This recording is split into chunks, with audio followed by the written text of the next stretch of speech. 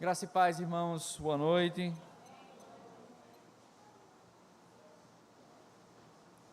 Nós já estamos na nossa quinta mensagem hoje, da nossa série, Redescobrindo o Evangelho. E mesmo sendo hoje o dia que nós vamos encerrar o momento de missões estaduais, né? Nós vamos continuar, acho que mais uns 2, 3 domingos nós estamos encerrando.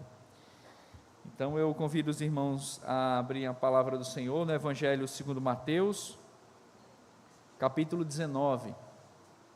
Deixe sua Bíblia aberta, nós vamos ler a partir desse verso do capítulo 19, a partir do verso 16. Hoje, dentro dessa série, eu queria falar sobre como pregar o Evangelho para alguém orgulhoso. Porque nós estamos, pelo menos nessas últimas mensagens, porque nós estamos dando ênfase na forma como a mensagem deve ser ministrada e pregada a pessoas específicas.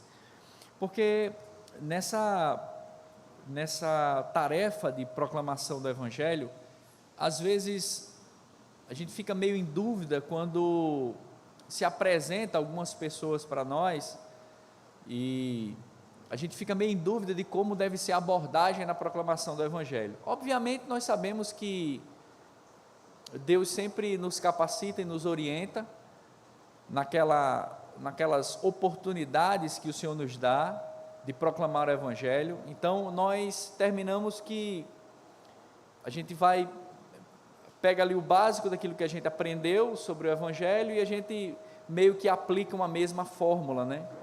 Mas é interessante que, num sentido mais objetivo, mais prático, nós percebemos que a apresentação, o conteúdo do Evangelho é sempre o mesmo, mas às vezes as abordagens elas variam de acordo com a pessoa que vai ser alvo dessa proclamação do Evangelho.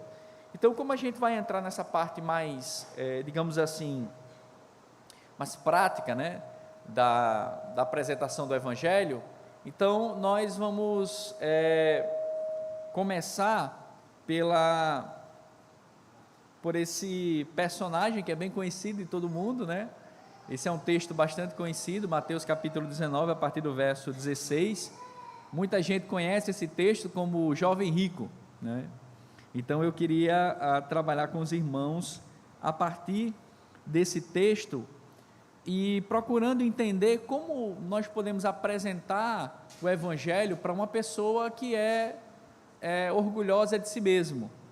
Na nossa cultura contemporânea, dos nossos dias, só é você dar uma passeada bem rápida no Instagram ou em qualquer rede social, que você vai ver constantemente esses coachings, esses caras, olha, você é o melhor, você tem que se desenvolver ao máximo, não sei das quantas, você é uma pessoa especial, você é isso, você é aquilo, parece que é um louvor ao indivíduo, né? E isso é muito engraçado, porque isso é totalmente contrário ou oposto à perspectiva do Senhor Jesus, né? E esse é um caso extremamente interessante da apresentação do Evangelho pelo próprio Senhor Jesus a um camarada que se achava o homem mais especial do mundo, né? Então, é nesse tema que nós vamos trabalhar. Essa é a nossa quinta mensagem. A primeira nós falamos sobre o que é o Evangelho, a partir de Romanos capítulo 1, verso 16 e 17, só recapitulando aqui para os irmãos. A nossa segunda mensagem nós falamos quais são os objetivos do Evangelho, a partir da Mateus capítulo 28, verso 19 e 20, né, o texto da grande comissão. Depois falamos sobre o fundamento da proclamação do Evangelho, a partir de 1 Coríntios 1, do 22 ao 25, e domingo passado nós falamos para quem é o Evangelho, também a partir do Evangelho de Mateus, capítulo 9, do verso 9 ao 13. E hoje nós vamos falar sobre esse tema, né? Como pregar o Evangelho para alguém orgulhoso. eu convido você a acompanhar a leitura. Mateus capítulo 19, a partir do verso 16, diz assim a palavra do Senhor: Eis que alguém, aproximando-se de Jesus, lhe perguntou: Mestre, que farei de bom para alcançar a vida eterna? Jesus respondeu: Por que você me pergunta a respeito do que é bom? Bom só existe um, mas se você quer entrar na vida, guarde os mandamentos. E ele lhe perguntou: Quais? Jesus respondeu: Não mate, não cometa adultério, não furte, não dê falso testemunho, honre o seu pai e sua mãe, e ame o seu próximo como você ama a si mesmo. O jovem disse: Tudo isso tenho observado. O que me falta ainda? Jesus respondeu: Se você quer ser perfeito, vá, venda os seus bens, dê o dinheiro aos pobres e você terá um tesouro nos céus. Depois venha e siga-me. Mas o jovem, ouvindo esta palavra, retirou-se triste, porque era dono de muitas propriedades. Então Jesus disse aos seus discípulos: Em verdade lhes digo que um rico dificilmente entrará no reino dos céus. E ainda lhes digo que é mais fácil um camelo passar pelo fundo de uma agulha do que um rico entrar no reino de Deus. Ouvindo isto, os discípulos ficaram muito admirados e perguntaram: Sendo assim, quem pode ser salvo? Jesus, olhando para eles, disse: Para os seres humanos isto é impossível, mas para Deus tudo é possível. Até aqui a leitura. Vamos orar? Ore comigo para que Deus nos ajude a entender aquilo que Ele quer para nós nessa noite. Amém? Ore comigo. Senhor Jesus, nós somos o Teu povo, salvo pelo Teu sangue, nós somos selados pelo Teu Espírito, e nós somos a Tua igreja aqui reunida nessa noite. Pedimos em nome de Jesus que o Senhor possa abrir a nossa mente e o nosso coração, para que a Tua palavra ela possa nos instruir, nos corrigir, nos repreender e nos educar para brilharmos a luz da Tua glória nesse mundo de trevas. Nos ajude, repreenda todo o mal que queira desviar a nossa mente e o nosso coração de ouvir a Tua voz nessa noite, e grava, Senhor, a Tua palavra em nosso coração, para que tudo o que nós venhamos aprender, que possamos, pelo auxílio do Teu Espírito, tornar em prática nas nossas vidas. Fica conosco, ajuda esse fraco pecador que está diante da Tua santa igreja, para que a Tua palavra seja falada com fidelidade e clareza. Essa é a nossa oração, no nome de Jesus, amém. Irmãos, o texto que nós acabamos de ler, ele está dentro de uma sequência aí de acontecimentos. Se você voltar, a minha no caso aqui a página, mas se você olhar para o início do capítulo 19, você vai perceber que alguns fariseus, eles vêm, né? Jesus tinha acabado de chegar da Judéia, mas alguns fariseus vêm até ele perguntando sobre o divórcio, né? Aqui no capítulo 19, verso 1 ao 12. Depois dessa resposta que o Senhor Jesus dá aos fariseus, aí vem as crianças querem ser abençoadas por Jesus e tudo mais, e aí você tem Jesus abençoando as crianças e de certa forma advertindo seus discípulos. E é nessa sequência de acontecimentos, parece que foi uma coisa atrás da outra, né? Jesus ele chega e aí você tem esse primeiro embate com os fariseus. Logo após que os fariseus saem, aí chega as crianças, provavelmente as pessoas estavam ali ao redor de Jesus, ouvindo a discussão dele com os fariseus, e aí quando os fariseus saem, Jesus recebe, as mães chegam com as suas crianças, e ele abençoa essas crianças, e na sequência você tem aí a chegada desse homem, né, que faz uma pergunta extremamente interessante. a pergunta que esse homem, que a gente chama de jovem rico, né? Das nossas Bíblias tem esse título aí, né? Esse homem, ele vem com uma pergunta extremamente importante e fundamental, que é: como é que eu sou salvo? Então, aparentemente, parece que o título da minha mensagem é o contrário disso, né? Porque o cara foi muito humilde, chegou até Jesus e disse: ei, Jesus, como é que eu posso ser salvo? Só que, por que eu coloquei o título dessa mensagem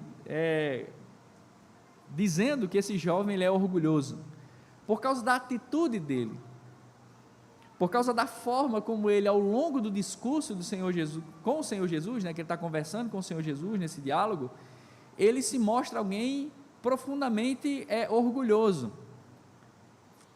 Mas antes de entrarmos no texto propriamente dito e explicar, a gente precisa responder sobre quem é esse homem, né? Quem é esse jovem rico? E aí é necessário a gente olhar nos 3 evangelhos, né? Aí você tem, por exemplo, Mateus 19, verso 22, diz que ele era rico, um homem de posses, né?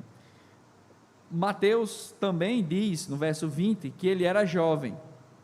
E aqui você tem já uma questão difícil para a gente saber o que é jovem. Jovem hoje, no Brasil, é alguém acima de 12 anos e, tecnicamente falando, o IBGE está com dificuldade de definir, até 40, 50 anos, a galera se acha jovem, né? É muito interessante isso. Mas esse não é o caso. No contexto aqui histórico, provavelmente ele tinha menos de 40 anos de idade. Certo? Então ele tinha menos de 40 anos de idade. Lucas 18, verso 18, vai dizer que, além dele ser rico, dele ser jovem, ele era alguém extremamente importante. Então, Lucas ele lança essa ideia, ou seja, provavelmente ele tinha acesso às altas classes sociais, provavelmente porque ele tinha muito dinheiro, ou existe a sugestão, tem um comentador que sugere que ele seja também do partido dos fariseus. Então, por isso que ele tem essa importância aí no meio do povo de Israel, né? Mateus 19, também verso 20, diz que ele tinha uma conduta excelente, ou seja, era alguém que seguia a lei mesmo. E Marcos 10, 17 diz que ele é um cara preocupado e reverente, ou seja, era alguém extremamente respeitoso quando ele chegou diante de Jesus, né? Então, esse é o contexto. Eu já vinha falando isso em algumas outras mensagens, mas é interessante que eu fico pensando se um cara desse chegasse hoje para nós. Imagine, cara novo, inteligente, boa pinta, cheio de dinheiro, fala bem, cita texto bíblico, né? É alguém que é extremamente influente na sociedade, muito respeitado na sociedade, é alguém reverente, ele cita a palavra de Deus. A gente diria o quê? É crente. O cara desse é crente. Se não é crente, só falta ser crente, porque é um cara tão bom, tão excelente, que só falta ser crente, né? Só que Jesus não pensa assim, né? Jesus não pensa como nós pensamos. E aí é onde vem a nossa proposta de hoje à noite, né? Que é entender como nós devemos pregar o evangelho para alguém orgulhoso. E a primeira forma como nós devemos pregar o evangelho para alguém orgulhoso é, verso 16 a 20, apresentando a lei, porque é isso que o Senhor Jesus faz. Olhe para o texto. Jesus diz assim, né? O Mateus relata assim: eis que alguém, aproximando-se de Jesus, lhe perguntou: mestre, que farei de bom para alcançar a vida eterna? Jesus respondeu: por que você me pergunta a respeito do que é bom? Bom só existe um, mas se você quer entrar na vida, guarde os mandamentos. E aí ele vai dizer, e ele lhe perguntou: quais? Aí Jesus respondeu: não mate, não adultere, não furte, não dê falso testemunho, honre seu pai e sua mãe, e ame o seu próximo como você ama a si mesmo. Olha a resposta do cara, verso 20. O jovem disse: tudo isso eu tenho feito, tudo isso eu tenho observado, o que me falta ainda? Ou seja, aqui, esse alguém que vem a Jesus, se você prestar atenção bem direitinho na pergunta dele, por mais que a pergunta dele fosse uma pergunta que tinha a finalidade de saber como ele poderia ser salvo, a pergunta ela vem com um tom meio capcioso, assim, meio orgulhoso, porque a pergunta é justamente essa: o que eu posso fazer para herdar a vida eterna? Ou como diz aqui, né, como dizem outras versões, o que eu posso fazer para ser salvo? Que é a mesma coisa, né? Vida eterna, ou ser salvo aqui é sinônimo, mas o ponto aqui nesse verso, no início aqui do verso 16, é justamente essa questão: o que eu posso fazer para ser salvo? Aqui você já tem um problema do tamanho do universo, porque ele parte do pressuposto de que ele pode fazer alguma coisa para alcançar a salvação, tipicamente a posição de um fariseu. Por isso que alguns comentadores sugerem que este jovem era um fariseu. Só que, olha que maravilhoso, quando ele faz essa pergunta, o que Jesus diz? Jesus aponta para quem? Jesus aponta para Deus, né? Porque quando Jesus diz no verso 17, né? Por que você me pergunta a respeito do que é bom? Bom só existe um. Marcos e Lucas vão dizer que Jesus está dizendo: bom só existe quem? Deus. E aí, quando você vai ver no contexto, é como se o jovem dissesse assim, é como se o jovem perguntou, né, o que eu posso fazer para ser salvo? E aí Jesus dissesse, ele diz assim: bom mestre, o que eu posso fazer para ser salvo? E aí Jesus pega essa frase dele e diz assim: você me chamou de bom, mas bom só existe um, que é Deus. Ou seja, você está me chamando de Deus? A gente sabe que só um é bom, então se você me chamou de bom, é porque você tem aí um trocadilho que o Senhor Jesus está fazendo com ele nesse diálogo, mostrando que ele, Jesus, não era apenas um mestre, ele era o próprio Deus. Só que Mateus não faz isso, porque Mateus aponta para o ponto central aqui, que é a pergunta que ele faz para Jesus, que é: como eu posso ser salvo? Como eu posso herdar a vida eterna? Ou posso alcançar a vida eterna? E aí, no verso 17, Jesus ele faz o quê? Ele pega essa pergunta e aponta para quem? Para Deus, quando ele diz assim no verso 17, finalzinho do verso 17: mas se você quer entrar na vida, que é sinônimo de vida eterna, guarde os mandamentos. Por isso que a minha primeira afirmação nesse sentido, de como você deve pregar o evangelho para alguém orgulhoso, é apresentando a lei de Deus, porque foi isso que Jesus fez. Ele chegou dizendo: olha, como é que eu posso herdar a vida eterna? Aí Jesus disse: simples, guarde a lei. Simples não, né? Isso é extremamente difícil, na verdade é impossível para qualquer homem, a não ser Jesus, exceto o Senhor Jesus, como homem perfeito. Somente ele consegue cumprir o rigor da lei de Deus. E aí esse jovem, no seu ímpeto, né, tipicamente de um jovem, né, nesse ímpeto de orgulho, ele, ao ouvir essa pergunta, eu teria me calado: Senhor, me perdoe, foi mal, eu entendi já a mensagem, me salve, perdoe meus pecados, eu vou para casa chorar. Eu teria dito isso. Só que o camarada fez o quê? Olha o que diz aí no verso 17, né? 17 não, perdão, verso 18. Ele ainda pergunta: quais? Isso aqui é como se fosse uma pergunta assim, não chega a ser uma pergunta retórica, mas aponta um certo orgulho. Todo judeu sabe qual é a lei de Deus. Todo judeu sabe qual é a lei de Deus.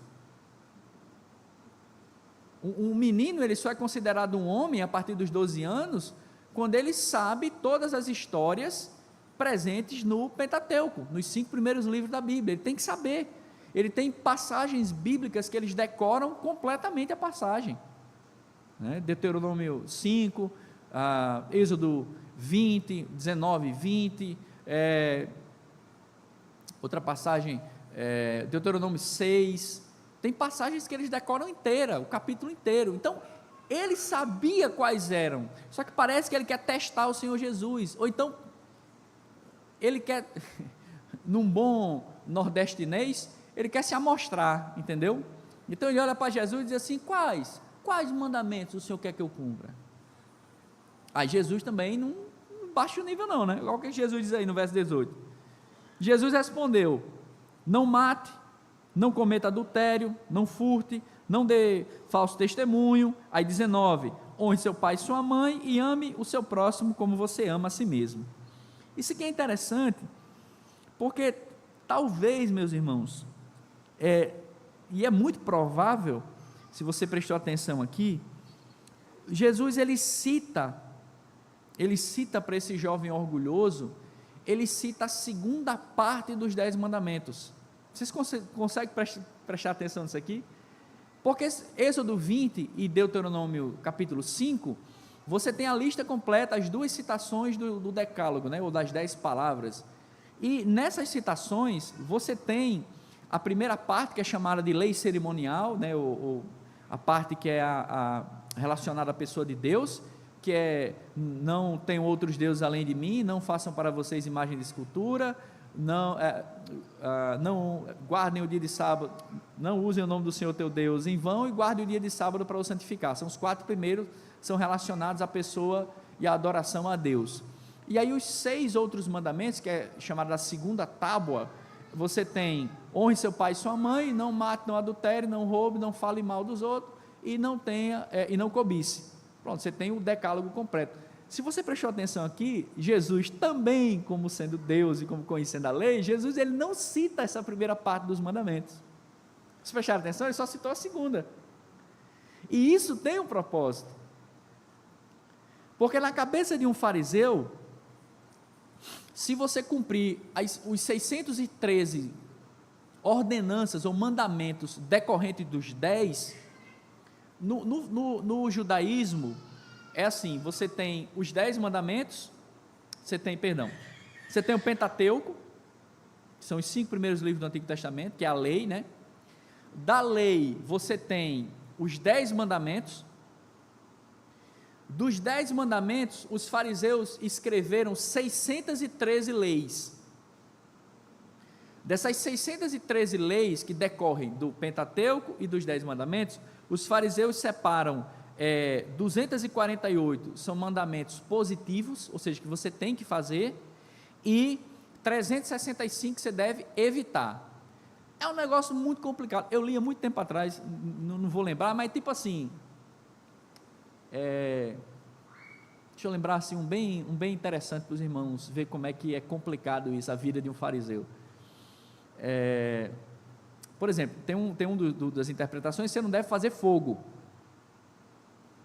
Você não deve fazer fogo, porque fazer fogo é fazer trabalho, e fazer trabalho no dia de sábado é pecar contra o Senhor. E aí, por exemplo, e isso é até hoje, tá? Então você não pode acender fogo, certo? Aí, por exemplo,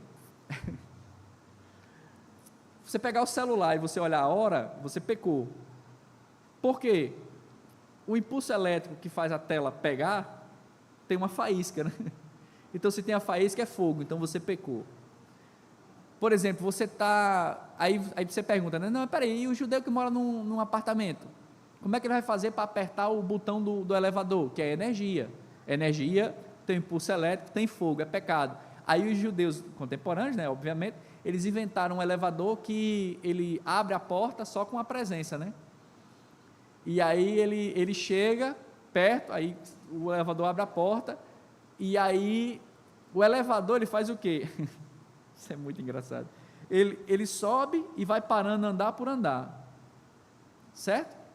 E aí quando chega no teu andar, tu vai lá e desce, mas você não tem botão no elevador, não tem botão. Por quê? Porque ele tem que cumprir o mandamento para ele ser salvo, que se ele tocar no botão lá e fizer faísca, ele pecou, pronto, aí já não cumpriu a lei, acabou-se. Os irmãos estão rindo porque os irmãos não são judeus, mas é isso que acontece até hoje em Israel, viu? Então, esse jovem aqui, é interessante como o Senhor Jesus, ele pega essa segunda parte da lei, e coloca para ele, e a resposta orgulhosa desse jovem é qual? Sim, eu cumpro, né? Eu cumpro. Então, isso é que é interessante, porque qualquer pessoa que fosse confrontada pela lei, ela deveria ter uma atitude oposta à que ele teve. Por isso que, segundo entendo, na minha humilde opinião, eu acho que esse jovem é um cara extremamente orgulhoso, porque é na sequência que o Senhor Jesus diz: olha, não adultere, não mate, mas eu já faço isso, o que é que eu preciso fazer mais para ser salvo? É o que o verso 20 diz: tudo isso tenho observado, que me falta ainda? Mas o interessante, irmãos, é que, ao contrário do que nós fazemos hoje, contemporaneamente, quando a gente vai apresentar o Evangelho, o motivo pelo qual nós devemos começar pela lei é porque, primeiro, você coloca Deus como parâmetro, como juiz, como régua, como aquele que vai julgar. Não sou eu que vou lhe julgar, é a lei de Deus que vai lhe julgar, porque a lei de Deus vem do próprio Deus. Então, por isso que quando Jesus se depara com um jovem orgulhoso, ele não vai tentar quebrar o argumento do jovem a partir de argumentos racionais, de sabedoria humana. Não, ele apresenta a lei de Deus: você cumpre os mandamentos que você vai ser salvo. E, em segundo lugar, além de apresentar Deus como o modelo, a apresentação da lei na proclamação do Evangelho mostra o quê? Que qualquer um julgado pela lei de Deus mostra-se como pecador. É isso que Paulo diz lá em Romanos 7, do 7 ao 13. A lei de Deus diz o que é pecado, ela expõe na nossa face o nosso pecado. Então, como você pode pregar o Evangelho para alguém orgulhoso? Bota ele diante da lei. Diante da lei de Deus não tem ninguém que fique de pé, porque a lei de Deus, ela esmiuça, ela é um martelo para quebrar corações orgulhosos. Ela é um martelo, ela é uma marreta para quebrar o coração orgulhoso, é a lei de Deus. Pense aí 3 minutos, bem rapidinho. 3 minutos não, bem rapidinho. Você já mentiu alguma vez? Já mentiu? Você é mentiroso. Você já roubou alguma vez? Não é $1 milhão não, sabe? Aquelas folhas que fica lá em cima do trabalho, em cima da mesa lá do seu trabalho, faz 3 meses que aquelas folhas estão lá, aí você passa assim: rapaz, ninguém pegou, vou pegar aqui, aí pega lá e leva. Você fez isso? Não, tem um negócio ali, caiu 10 centavos no chão aqui, o irmão não vai fazer falta, eu vou lá e pego. É roubo. Ou seja, você é mentiroso e é ladrão. Segundo a lei de Deus, é. Né? Já desejou alguma coisa do outro irmão? Né? Rapaz, aquele cara nem merece.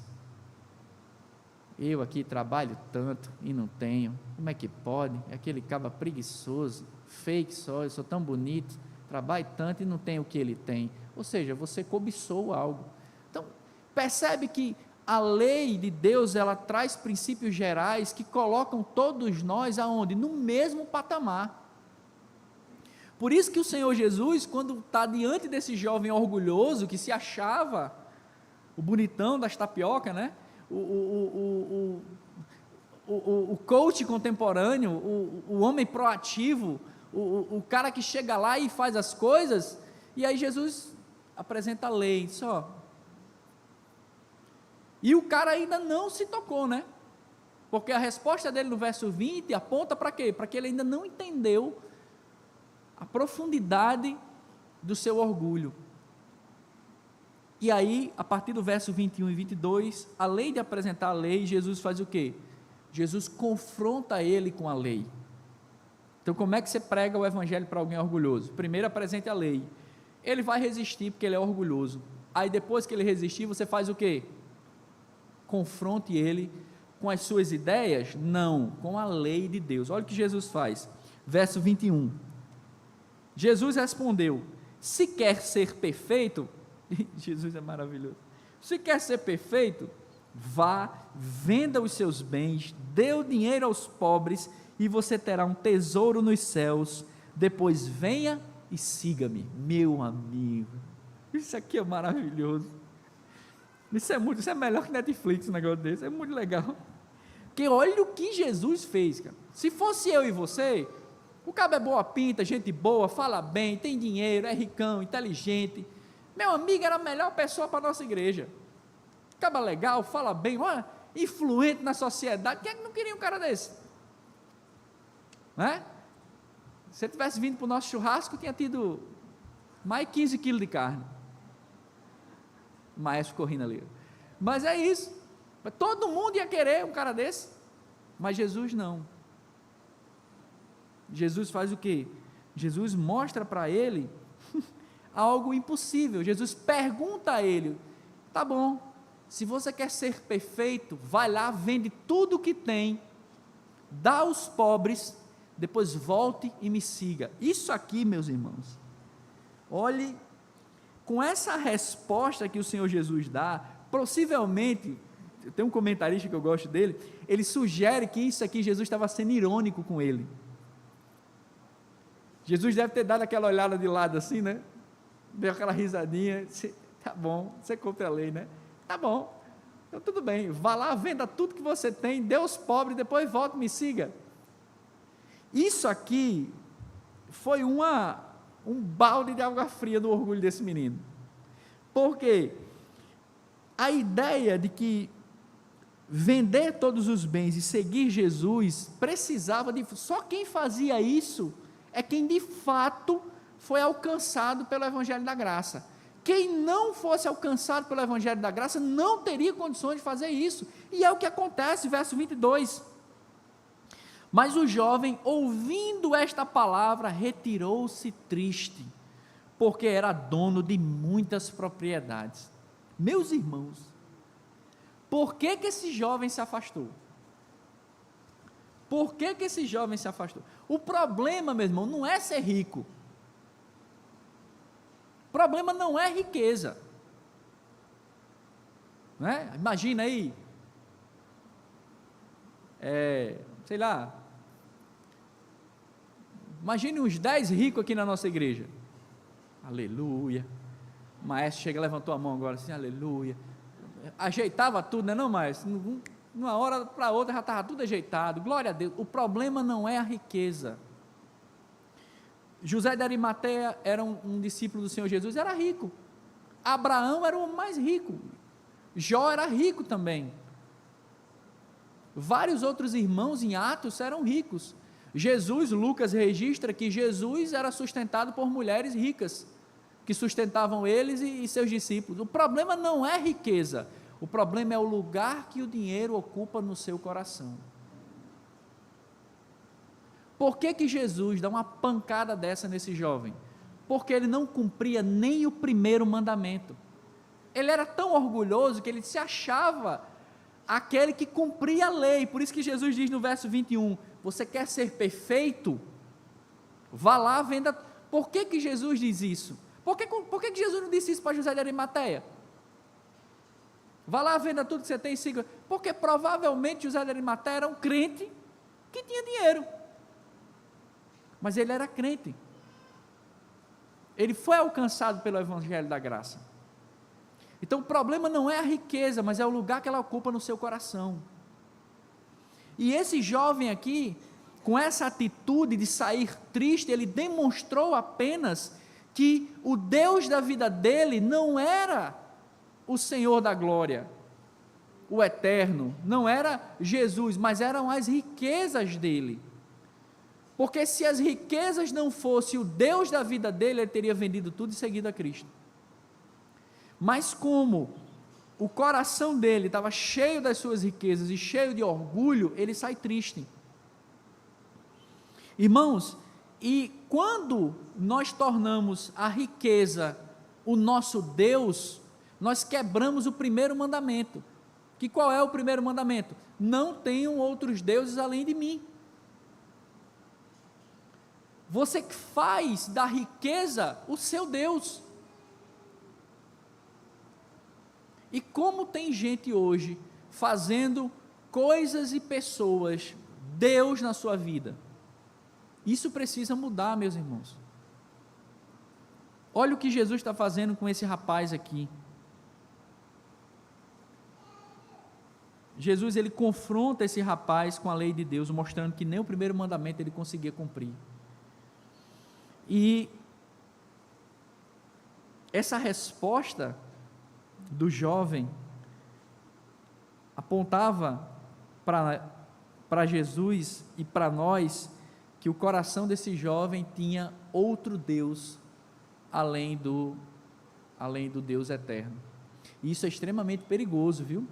Porque lembra, ele conhecia a lei, ele guardava os mandamentos, provavelmente ele dava as esmolas, era um bom cidadão, mas ele, na verdade, ele não tinha Deus como Senhor no seu coração.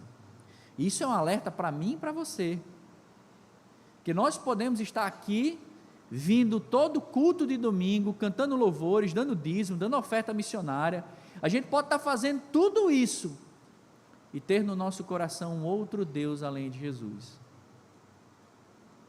Isso é muito perigoso, meus irmãos.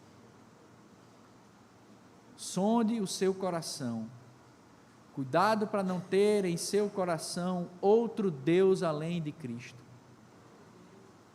Cuidado, porque esse jovem tinha outro Deus além de Cristo, além do Senhor no seu coração, as suas riquezas.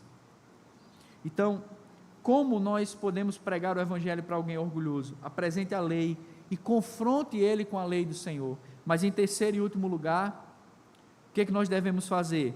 Mostre que a salvação pertence a Deus. Verso 23 a 26. Então Jesus, verso 23, disse aos seus discípulos, olha a cena, Jesus é abordado por esse jovem, é como se ele se virasse para o jovem e tivesse essa conversa, esse diálogo. O jovem saiu triste, porque amava mais as riquezas do que a Deus. Aí Jesus, ele se vira agora para os discípulos dele, que provavelmente estavam ali perto dele, ouvindo todo o diálogo. E aí Jesus diz assim: em verdade lhes digo, que um rico dificilmente entrará no reino dos céus. Meus irmãos, isso aqui é muito interessante. Aqui não está dizendo que é impossível um rico entrar no reino dos céus, certo? Não está dizendo isso, está dizendo que assim, esse tipo de rico que tornou a riqueza o seu Deus, esse é difícil de entrar no reino dos céus. Esse é difícil de entrar no reino dos céus. Meus irmãos, eu sei que a hora está avançada, mas vamos ser bem sinceros, certo? Vamos ter um momento de sinceridade aqui, só entre nós aqui, ninguém está vendo aqui, não, só entre nós. Quando você está com dinheiro, saúde, tudo bem, feliz, tudo legal, a gente ora tão pouco, né? Aquelas orações assim, na hora do almoço, né? Jesus, obrigado por esse comer, amém. Aí passa o dia todo feliz, na praia, todo alegre, não sei o que lá, e tal. Aí, quando você vai dormir, já está quase roncando, eita, ô Jesus, foi mal aí, obrigado por esse dia, valeu, brother. Normalmente a gente faz isso, né? Mas quando você tem uma gripezinha mais forte, menino, aí hora de manhã, de tarde, de noite, vem para o culto de oração, dá o dízimo, participa da igreja, levanta as mãos adorando, ou seja, cuidado para que a gente não ache que nós somos diferentes desse jovem rico, não. Possivelmente, esse coração orgulhoso desse jovem que se achava capaz de cumprir a lei de Deus para ser salvo pelas suas próprias obras, provavelmente sou eu e vocês. Nós somos assim. A gente acha que consegue agradar a Deus e consegue pelos nossos próprios méritos nos salvar. Mas olha que interessante, a Bíblia é muito linda. Olha que interessante, como é que foi a primeira pergunta que o jovem fez a Jesus, verso 16, mestre, que farei de bom para alcançar a vida eterna? Olha como é que Jesus está terminando aqui esse diálogo. Jesus olha para os seus discípulos, olha como é difícil um rico entrar nos reinos dos céus, porque ele não conseguiu. E aí, verso 24 e 25, e ainda lhes digo que é mais fácil um camelo passar pelo fundo de uma agulha do que um rico entrar no reino de Deus. Ouvindo isto, os discípulos ficaram muito admirados e perguntaram, sendo assim, quem pode ser salvo? Olha, os discípulos aqui entenderam a questão fundamental. Qual é a questão fundamental? Gente, olha, eu li vários comentários para escrever a pregação, né? É engraçado que tem um monte de comentário que passa gastam um monte de página para discutir o negócio da agulha e do camelo. Oh meu Deus, pelo amor de Deus, tanta coisa mais interessante para fazer. A pessoa disseram que era um buraco no muro de Jerusalém, que o camelo vinha e o cara tinha que abaixar o camelo para passar. Tudo isso é besteira. A arqueologia nunca achou nesse buraco de passar camelo ou porta estreita. O que é que Jesus estava querendo dizer com agulha e camelo? Agulha e camelo. É isso que ele estava querendo dizer. Como é que você pega um camelo, que era o maior animal terrestre que existia naquele contexto lá do povo judeu, e você pega uma agulha, e é impossível você passar um camelo pelo fundo de uma agulha. Por que Jesus está dizendo isso? Porque Jesus está explicando para os seus discípulos aquela pergunta que o jovem fez: como eu posso herdar a vida eterna? E aí, o que Jesus está dizendo aqui é o seguinte: meu amigo, você nunca poderá herdar a vida eterna pelas suas obras. É isso que Jesus está dizendo. Olha, é mais fácil um camelo entrar no fundo de uma agulha do que um rico, ou seja, alguém que tornou a riqueza o Deus no seu coração, entrar no reino dos céus pelas suas próprias forças. Troque riqueza por qualquer coisa que você colocou no lugar de Deus, sua esposa, seus filhos, seu dinheiro, sua casa, seu trabalho, qualquer coisa. E aí, os discípulos, quando Jesus diz, olha, é impossível que alguém que esteja com esse coração entre no reino de Deus, aí os discípulos se desesperam, e aí fazem a pergunta, e quem pode ser salvo nessa condição? Se a lei de Deus acusa todo mundo, se a lei de Deus me põe diante de um Deus santo e ela expõe meus pecados para ele, o cara que era rico, bonito, jovem, obedecia aos mandamentos, cheio de dinheiro, cheio de riqueza, esse cara não entrou no reino dos céus, aí como é que eu posso entrar? Pobre, careca, narigudo e não muito inteligente, como é que eu posso entrar? Essa foi a pergunta, o desespero dos discípulos foi esse. Se ele não pode entrar, que, digamos assim, era um homem muito bom, como é que eu posso entrar? Aí a resposta de Jesus é maravilhosa. Verso 26, Jesus, olhando para eles, para os seus discípulos, disse, para os seres humanos, isto é impossível, mas para Deus tudo é possível. Se eu fosse pentecostal, eu daria glória a Deus agora, mas como eu sou batista, eu sou mais sério, então... Mas assim, que resposta maravilhosa. Isso é um negócio maravilhoso. Eu já vi, olha, eu não sei, não vou entrar nesse ponto não, mas minha hora está avançada, mas assim, meus irmãos, tem pastor que pega isso aqui e diz assim, meu irmão, se você não ore pela Ferrari que você quer comprar, eu disse, pastor, mas eu ganho um salário mínimo, não importa, para Deus tudo é possível. Não, meu irmão, não tem nada a ver com Ferrari, com casa, não. Aqui o texto está dizendo que a salvação de um homem, de um ser humano, ela é impossível para que o próprio homem consiga alcançar, pelas suas forças, pelos seus méritos, pela sua bondade aparente. É impossível eu e você nós conseguirmos a salvação, mas olha que coisa maravilhosa. Mas para Deus, a salvação, mesmo que seja impossível para qualquer homem ou mulher, Jesus está dizendo o quê? Para Deus é possível. Ou seja, aquilo que nós não conseguimos fazer pela força do nosso braço, Cristo fez por nós. Ele pode nos salvar. Essa é a grande mensagem que o jovem rico não entendeu e que Jesus está ensinando para os seus discípulos e para nós. Não seja orgulhoso.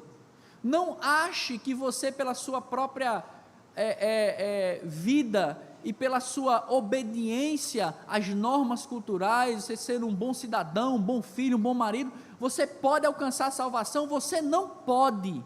Ninguém pode alcançar a salvação. Mas Deus pode salvar qualquer pecador. Essa é a mensagem poderosa do reino, que o jovem rico não entendeu, porque ele deu as costas e saiu triste. O jovem rico, inteligente e capaz, deu as costas para a mensagem graciosa. Você não precisa se orgulhar do que você tem, porque o que você tem não é nada para Deus, mas aquilo que você não pode, Cristo pôde por você, se entregando por nós naquela cruz e nos garantindo a salvação. Então, como é que você prega o evangelho para alguém orgulhoso? Apresente a lei, confronte ele com a lei e depois faça o quê? Confronte, depois mostre que a salvação ela é exclusivamente pertencente a Deus. É Deus quem salva, porque somente Ele cumpriu as exigências perfeitas da lei de Deus para nos salvar. Cristo cumpriu por nós. Cristo cumpriu por nós. Então, só para a gente encerrar aqui, você vai pregar o evangelho? Decore os 10 mandamentos. Isso é maravilhoso. Decore os 10 mandamentos. Está lá em Êxodo capítulo 20 e Deuteronômio capítulo 5. É a melhor coisa. É a melhor coisa. Apresente os 10 mandamentos para o camarada. Você se acha bom? Use a Bíblia. Você se acha bom? Me acho. É mesmo. Já mentiu? Já. Então você é um mentiroso. Já passou aquela mulher lá, você olhou para ela assim, que não era tua esposa? Já. Você adulterou. Então você é mentiroso e adúltero. Já roubou um clipe de papel ou um prego? Não, mas isso é coisa pouca. Ladrão. Ou seja, você está diante de um Deus santo, que vai julgar aquilo que você faz, pensa e fala. Como é que tu vai se livrar de um Deus desse? Aí o caba se desespera. Não, peraí. Mas eu não sou tão ruim assim, tem outro caba que é pior do que eu. Olha, não vá se justificar não. Se agora, o que eu faço? Opa, aí sim, quando o cara chega a esta pergunta, mas o que eu faço? Aí você apresenta o evangelho. Arrependa-se dos seus pecados e confie sua vida a Cristo. Ele é capaz de lhe salvar, qualquer um. Então, aprender os 10 mandamentos, decorar os 10 mandamentos, citar os 10 mandamentos, vão fazer com que a gente possa apresentar melhor o evangelho da graça. E que Deus nos ajude, meus irmãos, a não sermos orgulhosos como esse jovem rico, de achar que nós, pela força do nosso braço, nós vamos conseguir ser salvos, porque não iremos conseguir. Se lance nos braços do Senhor Jesus e diga a Ele: Senhor, eu não consigo me salvar, tenha misericórdia de mim.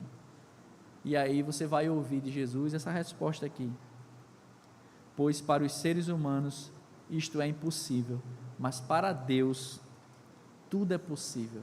Qualquer pecador que chegar arrependido diante de Deus, ele será o quê? Salvo da ira. Amém? Vamos orar.